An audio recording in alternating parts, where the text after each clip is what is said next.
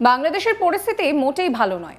যত দিন যাচ্ছে ততই দেশের পরিস্থিতি খারাপ থেকে অতি খারাপের দিকে এগোচ্ছে। কিছুতেই সেই দেশের রাশ টানতে পারছে না ইউনূস সরকার।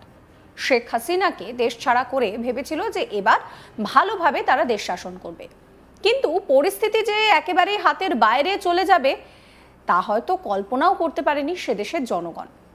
বাংলাদেশের ইতিহাস থেকে যেন মুজিবুর রহমানকে মুছে দেওয়ার একটা অদ্ভুত চেষ্টা চলছে। এর আগে শেখ হাসিনার পতনের পর আমরা দেখেছিলাম কিভাবে তার মূর্তি ভাঙচুর করা হয়েছিল।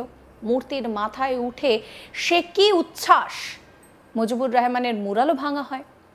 এত কিছুর পরেও মোহাম্মদ ইউনূস হাত পা গুটিয়ে বসে আছেন, আর তার দেশে যেভাবে ধ্বংসলীলা চলছে তাতে করে কোষাগারে যে একেবারে টাকা পয়সা নেই সেটাই মনে হয়।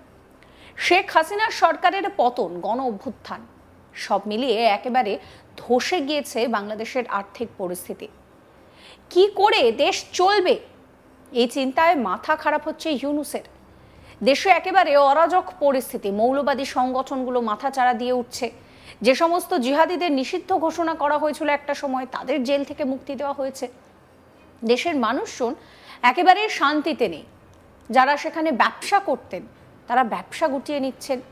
কাপড়ের ব্যবসা বাংলাদেশে খুব গুরুত্বপূর্ণ একটা ব্যবসা ছিল, সেখান থেকে সকলে সরে আসছে। তো এই পরিস্থিতিতে দাঁড়িয়ে বাংলাদেশের একেবারে ভারেমা ভবানী অবস্থা। সম্প্রতি বিশ্ব শান্তি সূচকে এবার একেবারে নিচে নামলো বাংলাদেশ। দেশের অবস্থা এতটাই খারাপ যে সূচকের নম্বরটা দেখলে সেটা পরিষ্কার বোঝা যাচ্ছে। অস্ট্রেলিয়ার আন্তর্জাতিক গবেষণা প্রতিষ্ঠান institute for economics and peace global peace index 2025-এ শান্তি সূচক প্রকাশ করা হয়েছে, আর তাতে প্রত্যেক দেশের পাশাপাশি তাদের সূচকটা দেওয়া রয়েছে, যা দেখে পরিষ্কার বোঝা যাচ্ছে যে সেই দেশ কতটা হিংসা বা সমস্যায় জর্জরিত রয়েছে নাকি সেখানে শান্তি রয়েছে।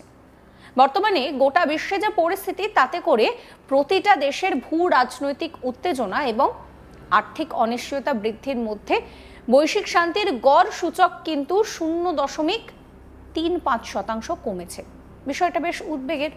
শান্তি সূচকের তালিকার একেবারে শীর্ষে রয়েছে ইউরোপের দেশগুলো। একদম প্রথমেই রয়েছে আইসল্যান্ড, দ্বিতীয় স্থানে রয়েছে আয়ারল্যান্ড, তৃতীয় স্থানে রয়েছে নিউজিল্যান্ড, চতুর্থ স্থানে অস্ট্রিয়া, পঞ্চম স্থানে রয়েছে সুইজারল্যান্ড, ষষ্ঠ স্থানে রয়েছে সিঙ্গাপুর, সপ্তমে রয়েছে পর্তুগাল, অষ্টমে ডেনমার্ক, নবমে স্লোভেনিয়া আর দশমে রয়েছে ফিনল্যান্ড। আর সেই জায়গায় দাঁড়িয়ে বাংলাদেশের অবস্থা কত জানেন? একেবারে 33 ধাপ নিচে গিয়ে 123তম জায়গায় রয়েছে বাংলাদেশ, যা এই সূচকের শুরু থেকে একেবারে সবার নিম্ন র্যাঙ্কিং। তালিকায় বাংলাদেশের চেয়েও কিন্তু পিছনে রয়েছে আমেরিকা, যার অবস্থান 128।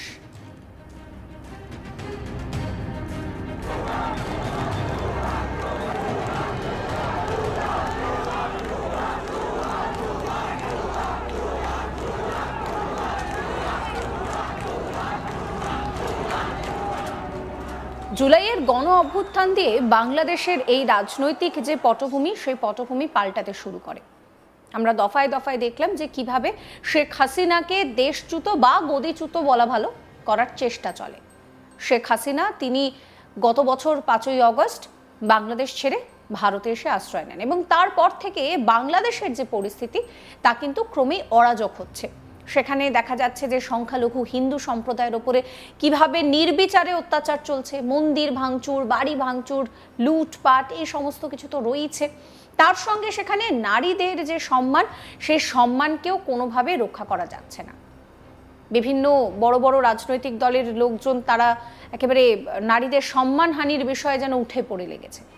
এই পরিস্থিতিতে দাঁড়িয়ে একদিকে পাকিস্তানের কাছে যাচ্ছে মোহাম্মদ ইউনূস, একদিকে চীনের কাছে যাচ্ছে, একদিকে আমেরিকার কাছে যাচ্ছে।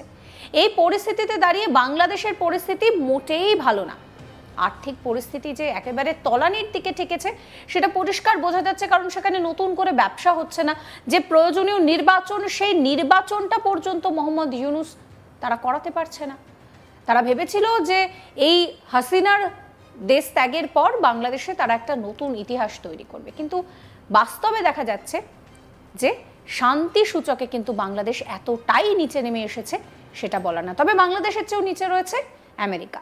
এই ভিডিও সম্পর্কে আপনাদের কি মতামত কমেন্ট করে জানাবেন। সমস্ত খবরের আপডেটের জন্য চ্যানেলটিকে সাবস্ক্রাইব করবেন, নোটিফিকেশন পেতে বেল আইকনে ক্লিক করবেন, ফলো করতে ভুলবেন না আজ তাক বাংলার হোয়াটসঅ্যাপ চ্যানেলও।